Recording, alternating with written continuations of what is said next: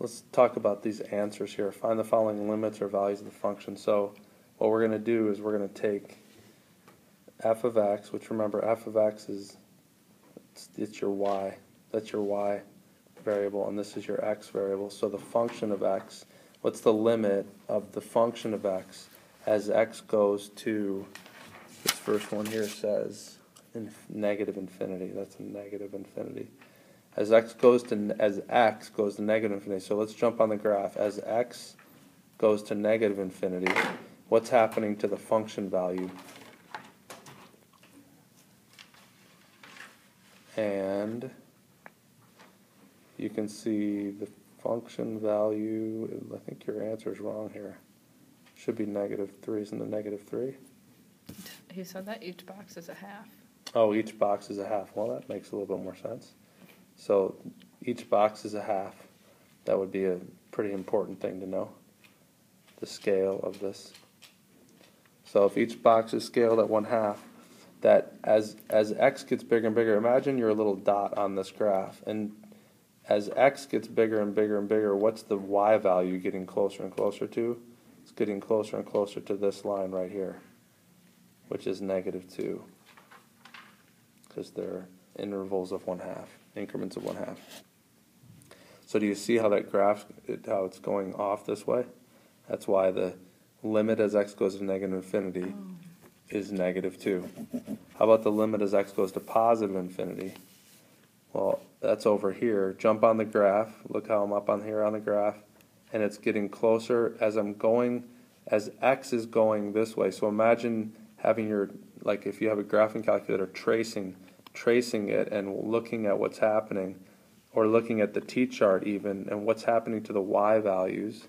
As the x values get bigger and bigger and bigger, the y values are getting closer and closer and closer to that horizontal asymptote, which is 5 increments up, which would be -2, and not -2.5. That should be +2.5. So that's +2.5. Letter C says what's happening as x goes to 0 from the right. So again, jump on this graph. Jump on the graph right before x gets to 0 and you're on the right of it. So let's jump on right here. Here, let me change the colors here. I'll use yellow this time. We're going to jump on the graph right here, and we're going to go toward, on the graph we're going toward 0 from the right. So if you're on the graph, what's happening to the y values as you get closer and closer and closer to 0? It gets closer and closer to whatever that point is right there, which is -2.5. -2.5. Now what's the function value? What's the function value? What's f of 0? F of 0 does not exist because there's no dot anywhere. Look at where f of x equals, or I'm sorry, where x equals 0 is right here. This is where x equals 0, and go up and down the graph, and do you see it anywhere where it hits the graph? The answer is no, and that's why f of 0, I expect to see that somewhere here. Surprisingly, I don't. So let me write that in here. F of 0 does not exist. Because if you're looking at what if you're looking at f, the limit as x approaches 0 from the right and the left, which is what we're doing.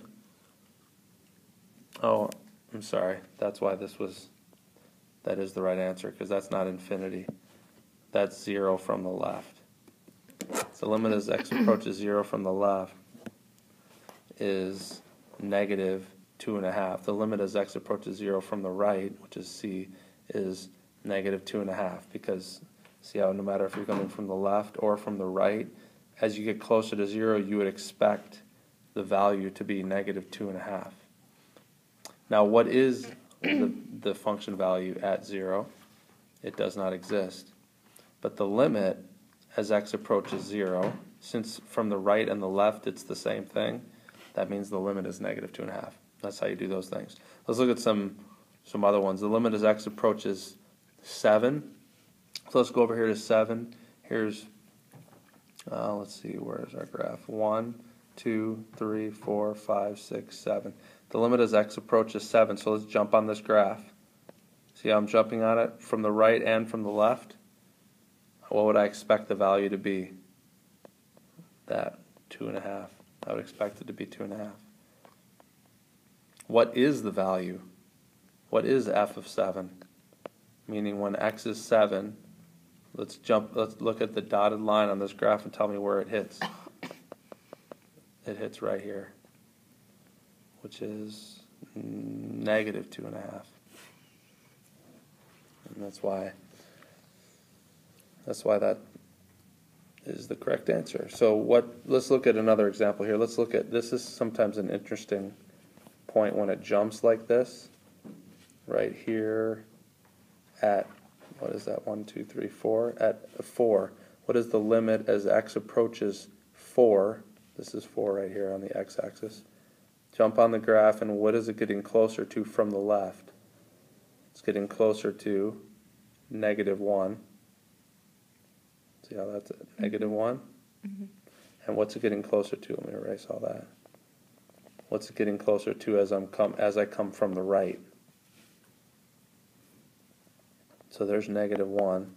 That's from the left, and when I jump on and go closer to 4, remember this is where 4 at. If I draw a dotted line straight up going through 4 on the x-axis, all of those values, all of those points have a value of x equals 4. So when I jump on this graph and I start going down this graph to the left, I'm getting closer to 4. And right here, I would expect from the right, I would expect the value of f, the function value, because see, these are all the function values here. If I trace them over to the y-axis, that's the function value. I would expect the value to be negative 1.5. That's what I would expect the value if I was coming from the left.